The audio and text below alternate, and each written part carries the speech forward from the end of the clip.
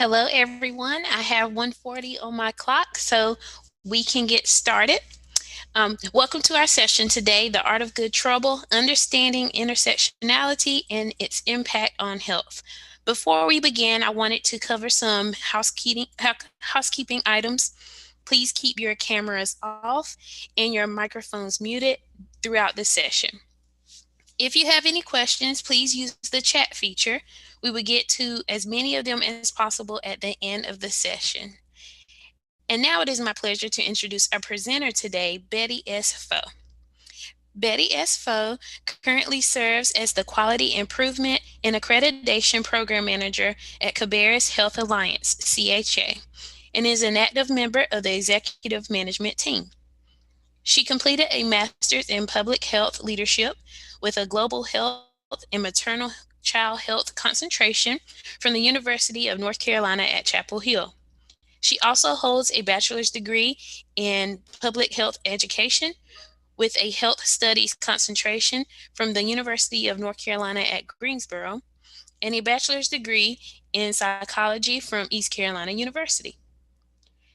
Betty is a certified health education specialist, passionate about continuous quality improvement and sustainable development for both global and rural citizens. Outside of CHA, Betty volunteers as a public health accreditation board site visitor and serves as a mentor coordinator and summit fundraiser liaison for empowerment. Betty's sincere interest for global health equity led her to establish Project Genius, and that's with a one, an organization dedicated to empowering humanitarians of African descent with a platform to develop sustainable projects that improve the quality of life for Africans. Betty, if you are ready to take over and present, let me know, and I will stop screen sharing. Everyone, let's welcome Betty Foe. Okay, good afternoon, everyone. It is good to be here. Let me go ahead and get my screen up. Hopefully you all can see it. Okay. So thank you for that great introduction. I really appreciate it. So today's session is going to be about the art of good trouble. Angela Davis said, "I am no longer accepting the things I cannot change, and I'm changing the things I cannot accept." I know that resonates with several of us who are on this presentation or this call training today. We are looking for change, and we are looking to make a difference in our communities, in the world. And so therefore, I think this resonates for year 2020, and it has stood the test of time. And so I hope that at the end of this presentation, you will be able to cause good trouble and also to make change in your respective domains.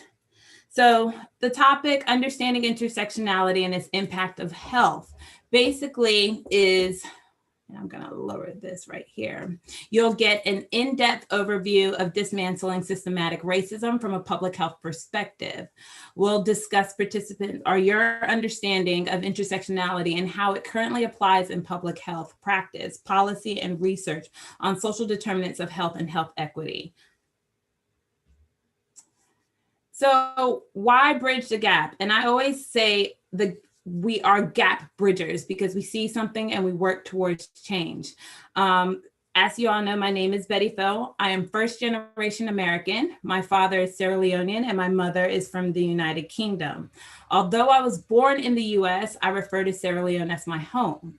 At age 8, my family and I were forced to flee home due to the Civil War. This life-changing event gives me the diverse perspective of seeing and understanding gaps, or as intersections. Growing up between the US and Sierra Leone and the UK heavily influenced my view of healthcare as a recipient and working in the field. But most of all, my background has allowed me to connect the pieces in order to bridge the gap and move from silos to synergy, and also to cause good trouble. The images that you see on this slide are a reflection of me. In May 2019, upon my last return from Sierra Leone, I founded Project Genesis. Project Genesis is an organization dedicated to empowering humanitarians of African descent with a platform to develop sustainable projects that improve the quality of life for Africans. Project Genesis is a combination of my sincere interest in global health equity and sustainability and continuous quality improvement. So not only am I the quality improvement and accreditation program manager at Cabarrus Health Alliance, but I have my lifelong passion of Project Genesis. Together with my work at CHA, which is Cabarrus Health Alliance, and experience working for large healthcare systems, it uniquely provides me a diverse experience to collaborate across sectors to produce larger and better outcomes. The image on your top right is from 2011, when I studied abroad in Zambia for 3 months. There, I realized quickly the impact of voluntourism, which is a form of tourism in which travelers participate in voluntary work, typically for charity. I was there doing the same thing, service learning project with UNCG. But what I realized is when we were working and we were approaching the people of Livingstone, Zambia, the natives, that we were not approaching them from an intersectional lens. We were approaching them as, we are here to help. We are here to do everything for you. And at the end of the day, we were not changing the lake. We were addressing the fish. We were providing interventions that addressed single people. And it really hindered the success of that city we were in. And it was actually the first time that I realized there's a little bit more here than what the eye can see. And we need to be able to approach these community members from the point of addressing not only sustainability, but also addressing the intersectionality of them. The image on your bottom left is, I believe, I want to say 2017, but I'm not sure, I can't remember necessarily, from Jimmy Bagbo, Sierra Leone, where my father's paternal village is. Before we went there in 2017, the village actually was burnt down by civil war and unrest. One of the things that we were able to implement there from a sustainability perspective was to really capitalize on the gifts of the community. We know that they are good in agriculture. We know that they can have sustainability from agriculture. We started to see them not only as our paternal relatives, but as individuals from a different perspective and using an intersectionality lens. The image to your left is the Project Genesis logo. Growth really does matter in order to produce larger and positive outcomes. But in order to do so, we need to look beyond what is facing us. Now let's discuss the art of good trouble. So join our truth, right? A systems thinker, a visionary, the ability to think at a systems level about trends and challenges and look ahead of vision, right? She was passionate builder of effective mission-based relationships, committed to improving her community and improving the lifestyle of African Americans at a scale that drives decision-making and priorities. She had the capacity to direct the passion towards the deepening of existing relationships and the energetic development of new partners and allies to enhance impact. She was also a collaborative, empathetic leader in a dynamic environment. And, I put team here because one of the things that we realize is, a lot of times we can go our own path by ourselves, but team environment is important. It takes a village to raise a child. We're all familiar with that. And I think Sojourner saw that, saying, I'm not alone in this fight. It's just me. I'm standing here as a leader, but I'm not alone. She needs to She has a hands-on grasp of the work, and she is highly competent in empowering others to make the strongest contribution, promoting a team-first environment of respect, positivity, and excellence. And so I always use her as the original Good Trouble starter pack. And I know we usually relate that to John Lewis. So he's coming, so don't worry, he's coming in this presentation. So let me talk about the history of intersectionality with you. Talks and theories of intersectionality have dated back to abolitionists such as Sojourner Truth. In 1858, Sojourner gave a speech at the Ohio's Women's Rights Convention. In this speech, she called out the hypocrisy of the movement, declaring that when they talk about women, they really only mean white women. In this image, she is knitting and she's looking directly into the painter's eyes. The powerful poem that she gave was Ain't I a Woman? It highlighted all the intersectionality pieces of being a Black woman in America, in society, and being female. The poem was proof of the long tradition of intersectionality without the word in Black feminism. That is, being Black is not the same thing as being Black plus being a woman. The social, political, and economic forces that create the social positions of being Black and those that contribute to that of being woman cannot simply be added to one another. They intersect to become something new, and they do so with various other social locations to create specific and conjunctural location of disadvantage.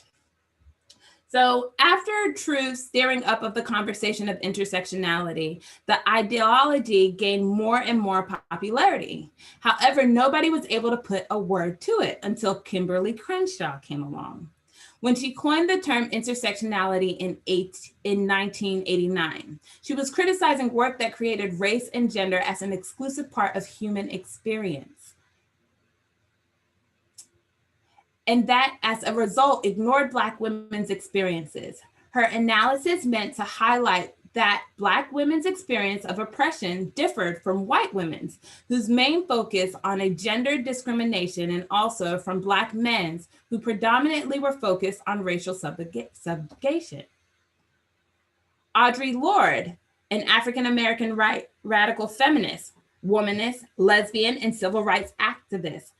As a poet, she is best known for technical mastery and emotional expression, particularly in her poems expressing anger and outrage at civil and social injustices she observed throughout her life. Her poems and her prose largely dealt with issues related to civil rights, feminism, and the exploration of Black female identity. In relation to white feminists in the United States, Lorde famously said, "The master tools will never dismantle the master's house." I want you guys to reflect on that as we're going through this. The master's tools will never dismantle the master's house. Today, intersectionality is used to address identities beyond race and gender. These identities include, but certainly are not limited to, class, religion, sexual orientation, age, ability, and ethnicity. People who do social justice work have come to realize that talking about people in a multifaceted way, instead of focusing solely on one aspect, produces a much more open and safe environment.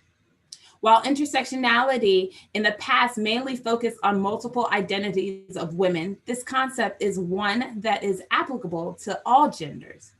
One person's identity cannot be talked about without addressing all their other identities. Practicing this will allow us to move forward towards being more inclusive, as well as unlearning our own internalized dominance and oppression, and thus moving closer to liberation. So looking at this image, you have a crossroad, and you see xenophobia, racism, heteroism, sexism, ableism, classism. All the isms intersect. You cannot approach one person and believe that there is not any compounding factors. that contribute to their personality, to their experience. Intersectionality is the complex cumulative way in which the effects of multiple forms of discrimination, such as all the isms that I addressed earlier, combine, overlap, and intersect, especially in the experiences of marginalized individuals or groups.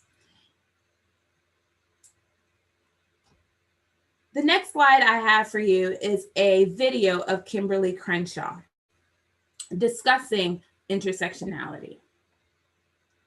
Okay, just joking, I'm going back and I'm gonna hit play.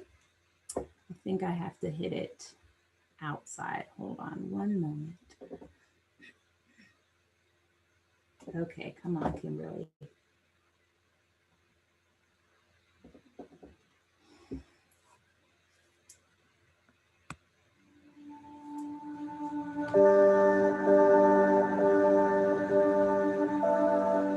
Intersectionality is just a metaphor for understanding the ways that multiple forms of inequality or disadvantage sometimes compound themselves, and they create obstacles that often are not understood within conventional ways of thinking about anti-racism or feminism or whatever social justice advocacy structures we have.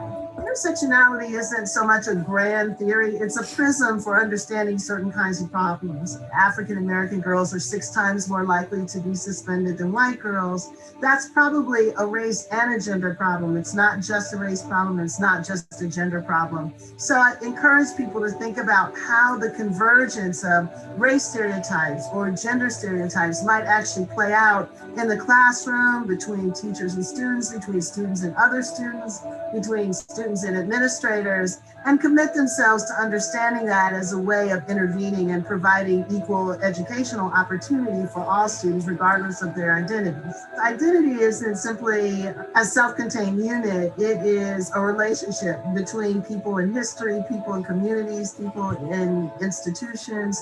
So schools do a good job when they understand that and when they commit themselves to curricular development, to opportunities in the school for all students to understand the histories that have brought us to this particular moment.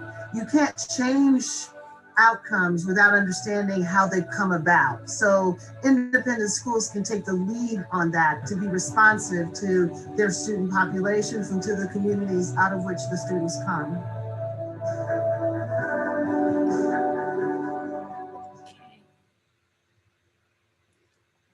So now let's move on to the health aspect. When we're talking about health and we're addressing intersectionality, how do we do so? According to Karen B. DeSablo, the Assistant Secretary of Health of the U.S. Department of Health and Human Services, today, a person's zip code is a stronger determinant of health than their genetic code. I'm going to say that again. Today, a person's zip code is a stronger determinant of health than their genetic code. In a nation as wealthy as the United States, it's unconscionable that so many people die prematurely from a preventative disease. Even worse are the health disparities that continue to grow in many communities. Public health is what we do together as a society to ensure that the conditions in which everyone can be healthy. We often think of the healthcare industry when we think of health, but building healthy communities requires strategic collaboration across all sectors. When we build a complete infrastructure of healthy communities, we can begin to close the gaps in health due to race or ethnicity, gender, identity, or sexual orientation, zip code, or income. So as a public health professional, we like to have our acronyms and our theories and our systems. And one of the things about dismantling systematic oppression for all isms, for heterosexuals, for homosexuals, for everybody, is we have to look at the zip codes. We have to look at the factors that are affecting our health. We know that physical environment plays a large impact on our health. Right now, we are understanding what environmental racism looks like when we see industrialized communities, factories, and plants affecting those of a marginalized population, right? So we're seeing the long-term health outcomes right now of that, having meals placed in communities that we know that lower income individuals work at. Let's talk about social support and coping skills. Are we providing the social support and coping skills, the appropriate social support and coping skills for those that are located in areas that may not have access to care? When we see a patient that comes in and we address them, are we automatically addressing them because of the color of their skin, their gender, or are we looking behind the lens of intersectionality? So social determinants of health are conditions in the environment, in which people are born, live, work, play, worship, and age that affect a wide range of health, functioning, and quality of life outcomes and risks. We use social determinants of health to be able to have that intersectional lens. When we see an individual come in and they're 10 minutes late for their appointment, are we actually saying that this mother and child who are coming into our appointment, are we addressing them as a mother with a toddler? Or are we addressing them as a single Black mother who has to take a bus an hour away for a drive that would normally take us 10 minutes? Let's talk about health equity. Everyone should have a fair opportunity to attain optimum health. The image to your left shows you that public health and social justice go hand in hand in achieving health equity. We use social determinants of health to really determine health equity. Public health's commitment to social justice makes it a natural fit with intersectionality. It focuses on multiple historical oppressed population. There's often a one-dimensional approach where people just focus on maybe gender issues or race issues when it comes to program planning and design and delivery and evaluation, and not really looking into multiple issues. Typically in public health, programs are designed to address a single issue and not take into consideration the multifaceted and compounding factors that disadvantaged communities and individuals have.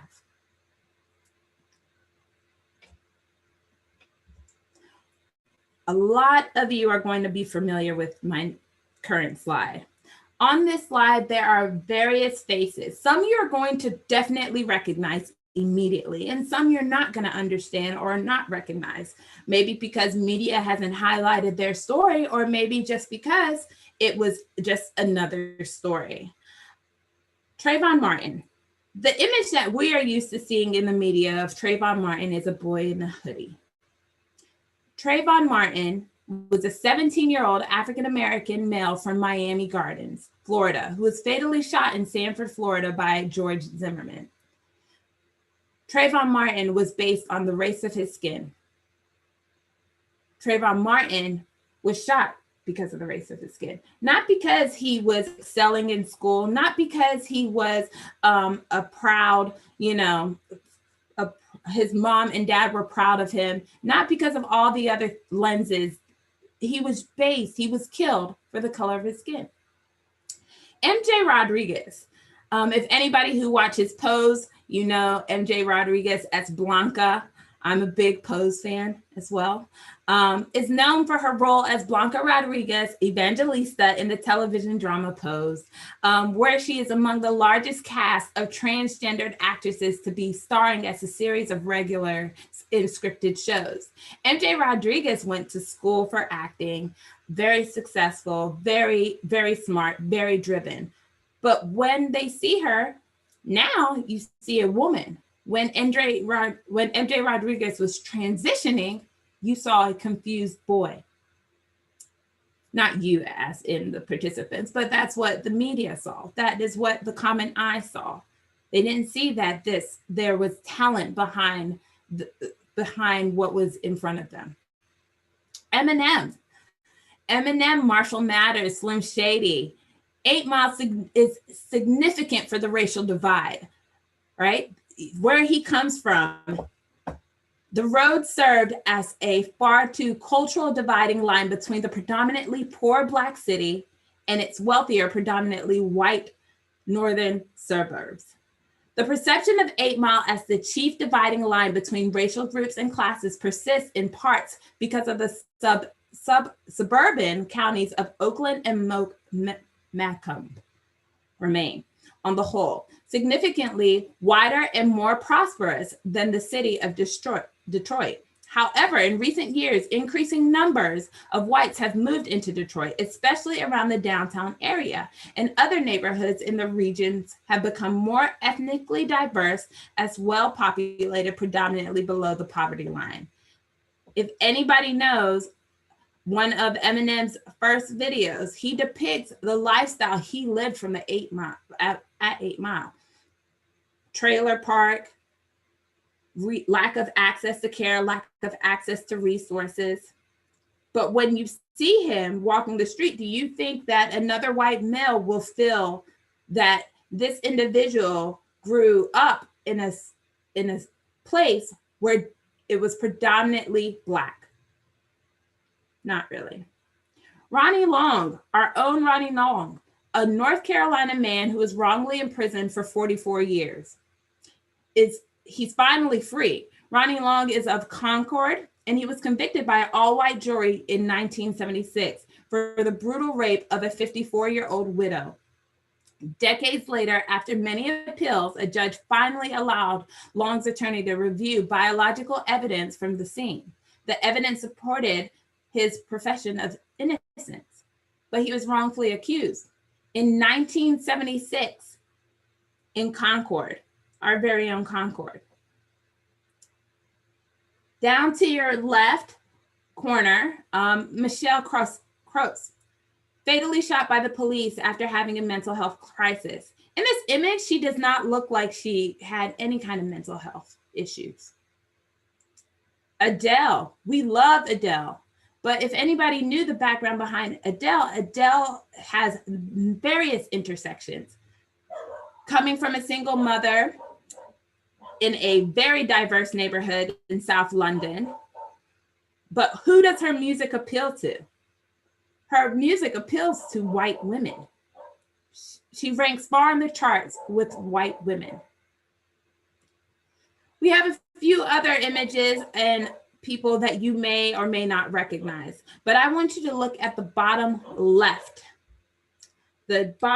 left corner of the two gentlemen. Many of you will know them as the Columbine shooters. These two gentlemen, Eric David Harris and Dylan Bennett Klebold, were American mass murderer duos who killed 13 people and wounded 24 others on April 20th, 1999.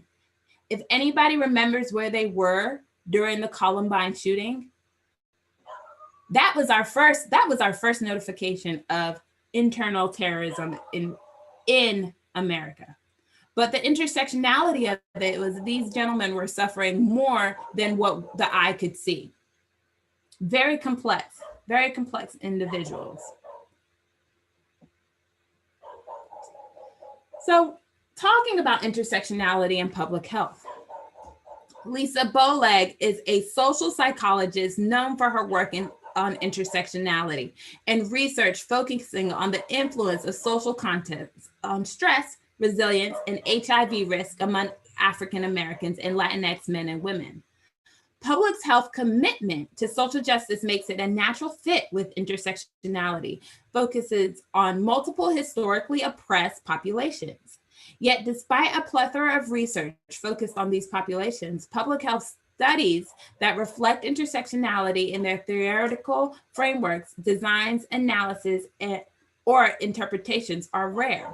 In this image, you are going to see an individual standing, all of the things that intersect on this individual.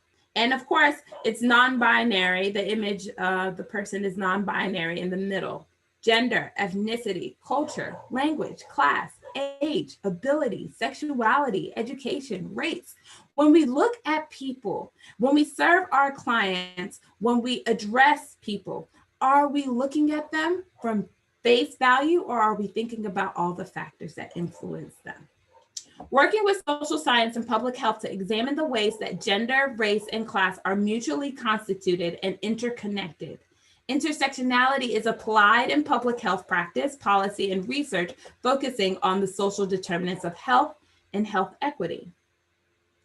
Intersectionality is an approach or lens that recognizes that health is shaped by a multi-dimensional overlapping of factors.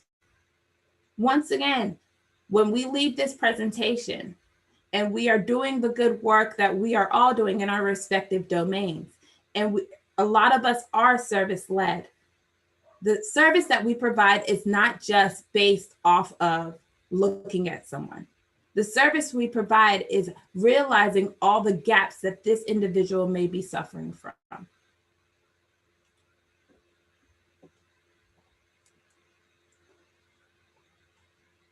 Let's talk about shaping our lens around race and other isms. How can we make our society more intersectional?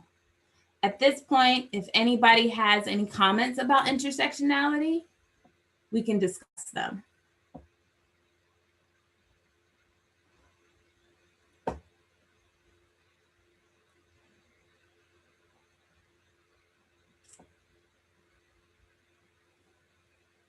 Okay, any questions? Let the moderator go ahead. I do not have any questions posted to the chat yet, Betty. So if any of you have questions, please post them on the chat at this time.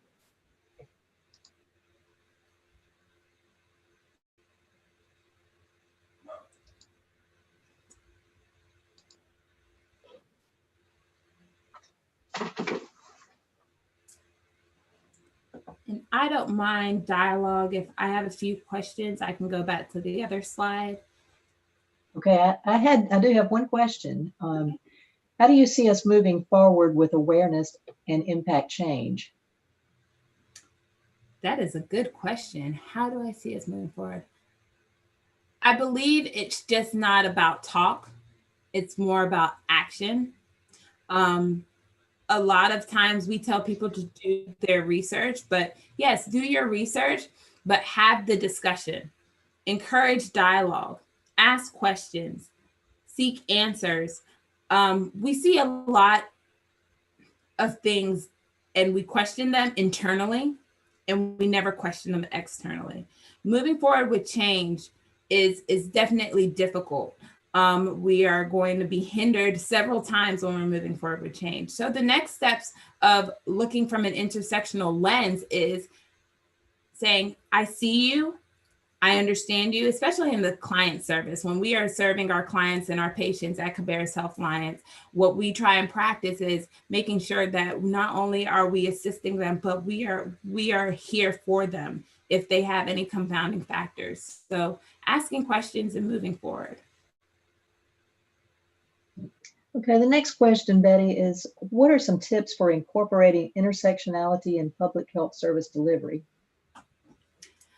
So one of the things that we are working on at Cabarrus Health Alliance is incorporating a social determinants of health tool questionnaire, because that will assist us in service delivery. When we have questions that are designed for surveying, is using an intersectional lens, or what we may call an equity lens, to break down all the barriers that may hinder someone of achieving optimum health. Any other questions?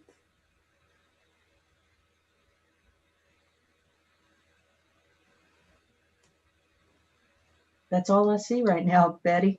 Is there anything else that you wanted to say? I'm just thankful to be here. I really appreciated it. If anybody does have any questions, you guys can reach me at Cabarrus Health Alliance. I am actually on the website under Accreditation link, and it'll connect you to my personal email, or I can put it in the chat here, or not my personal email, my work email. So. Hey, okay. Betty, somebody did ask if you wouldn't mind reviewing the other 2 or 3 pictures of the individuals from the collage. Yes. Okay. I was going to do that, but I didn't know how much time I had. I was like, am I talking too much? So, okay. Let's keep on going. So we talked about Ronnie Long. We talked about Michelle. We talked about Eric David. Let's talk about Matthew Wayne Shepard. So Matthew Wayne Shepard is the black and white image. He was a gay American student at the University of Wyoming who was beaten and tortured and left to die on the night of October 6, 1998. He was taken by rescuers to the hospital where he died from severe head injuries 6 days later. This was the first publicized homophobic killing. He changed, just like George Floyd, he changed the way we viewed individuals who are LGBTQIA. His death stirred up a lot of emotions where we realized those individuals are oppressed as well. And when we see them, they have more confounding factors.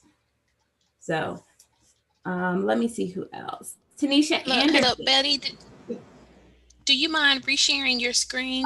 Because we don't see that image. Yes, I forgot. I tend to do that a lot.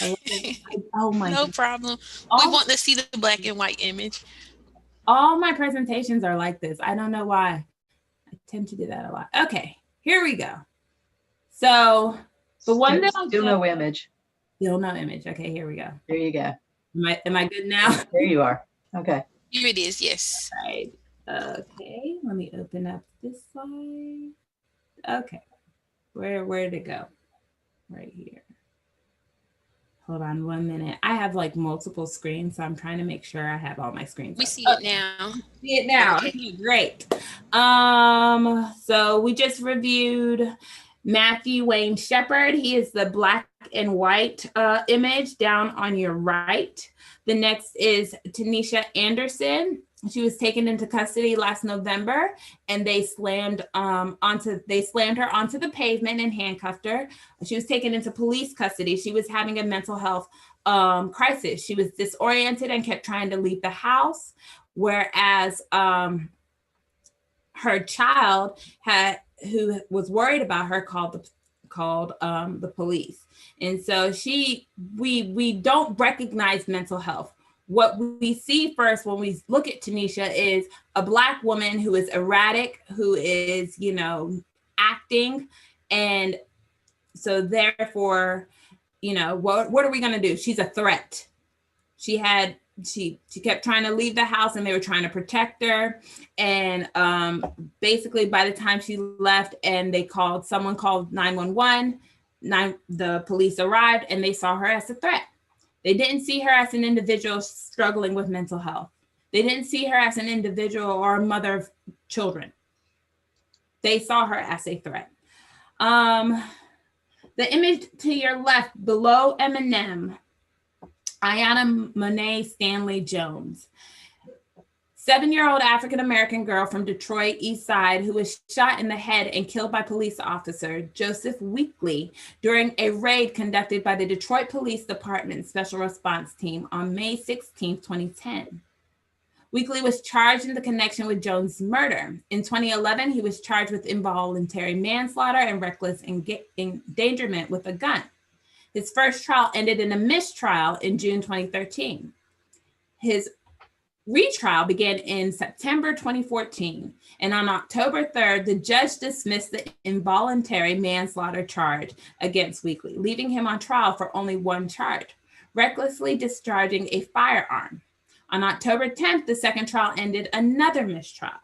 On January 28, 2015, a prosecutor cleared him of all charges against him, ensuring there would be no third trial. The location of Ayanna's home, her age, her race, all played a confounding factor in her death.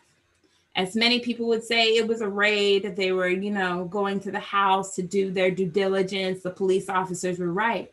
But we don't look at the intersectionality part about it. She was in bed sleeping. She wasn't a threat, but it was where she lived. She didn't have control over that. Her age, she doesn't have control of that. Her culture, her society, she didn't have control over that. Next one down below her image, and this image is the same image of the same person. The victim is Carlos Ingram Lopez, 27-year-old cooking school graduate who prepared every meal from scratch for his 2-year-old daughter and watched YouTube videos to learn how to comb her hair. His death, as we have seen, was a mental health crisis. He was having a mental health crisis. Police were called for help. A jarring reminder that Latinos, as well as African Americans, have a troubled history with the police. Even though Latino struggles do not get the same attention. Latino men has faced several several hindrances to receiving mental health care, right? One of the things that you'll see if you look on mental health demographics and you'll break it down and look at the demographics, you see that predominantly white people are receiving mental health care. Because Black people, what is the first thing that they tell you is to go to Jesus, go with God. It's abnormal, right, to have mental health issues, but it's also abnormal for the police to understand mental health issues and also understand that this person, a person of color, is not a threat, but they're actually having a crisis. Cabarrus Health Alliance has a mental health task force, and they have worked extremely hard in making sure that individuals who are in the justice system receive mental health care. But one of the things that we can definitely say that is there is a gap that needs to be bridged to offering mental health services to all, not just specifically for one race. Betty, I do have some more questions here. Yeah. The next question is, what would you say to health educators to move community members towards empowerment? Move community members. One of the things that I would definitely say is you can't do it for them. Being that I am a health educator, one of the things that I realized very quickly when I worked in South Carolina, the environment that I worked in, it was an environment of complacency. And so if you don't necessarily give the individuals the tools, you can give them all the education, right? You can give them all the education, but if you don't give them the tools to empower themselves, they are unable to see beyond what's in front of them. So being that you're a health educator and you have this lens of intersectionality and you see that there may be a hindrance for the individuals or the clients that you serve, you have to find out what that is. Is it education piece? Is it access to services? Is it the fact that they themselves may be having any kind of issues such as ability issues, language issues, cultural issues? And so you have to dig a little bit deeper to be able to empower a community to take initiative. Patience is always perfect too. Thank you. Yeah, and the last question I have right now is, what's up with calling the young killers gentlemen? And now we call senior male by his name. I've noticed this trend and it irks me. So it's interesting because I actually don't understand how sometimes the media can spin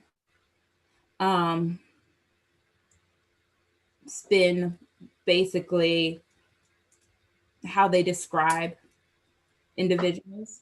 One of the things that I'm thankful for in this time, in this space, is social media is always, you can get a lot of irrelevant information and a lot of misguided information from social media, but the truth always comes out. Having a phone is your best power to truth. But yes, I have noticed that there has been a media spin. I'm not necessarily sure how we're going to address it. I'll leave that up to the experts in communications and media. But yeah, it's definitely when they label and they give, rather than giving facts, they'll say, oh, this killer, he serves in his community and he does all of this and all the good stuff. One of the things that we saw very quickly with the George Zimmerman trial and Trayvon Martin, a grown man fighting a young child. but yet the grown man feared for his life. So, any other questions? Looks like that's all we have. I do see one more question I think that we missed earlier. Did I miss it? It says, what advice can you give an early career public health professional about protecting their mental health in the current social climate with the pandemic, racism, social injustice, etc.? Shut it all down at the end of the day. And I know it's easier said than done, but being aware of your triggers. I realize we're talking election time right now. I had to shut it down. I had to take a step away and be able to practice self-care.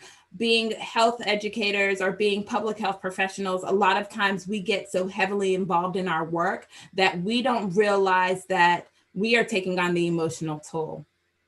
And so it's a part of causing good trouble, but also being self-aware and saying, hey, you know, I might have hit my max on this, and being vulnerable and being transparent. A lot of times when I was teaching in my early career days, and I realized that I could teach from a book every day, but if I didn't make that personal connection with my participants, I wasn't doing them justice. I was doing a job and I was there and I was not connecting. But I also realized I'm making these personal connections. So now I really care. I care that your A1C is lowered. I care that you are managing your blood pressure. And so I become involved. And what I had to do is say, okay, I can come involved and I can give you all the tools and techniques, but I need to be able to also protect my peace. So yes, there's a lot of self-care techniques and tools that we can all use. I'm still learning. You know, I'm still trying to cut off the laptop and cut off the cell phone and just be to focus on me. So my weekends are really my weekends where I'm trying not to do work. And as health educators and young professionals, we have to understand self-care is important, because if we're not ready or if we are not centered, then our participants, our clients, and our patients see that too.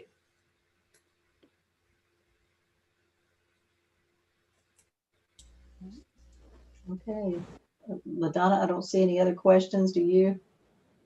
No, I don't think so. Okay. Betty, we want to thank you so much. Everyone, we're going to post links in the chat. We would love for you to join us and participate in the next sessions.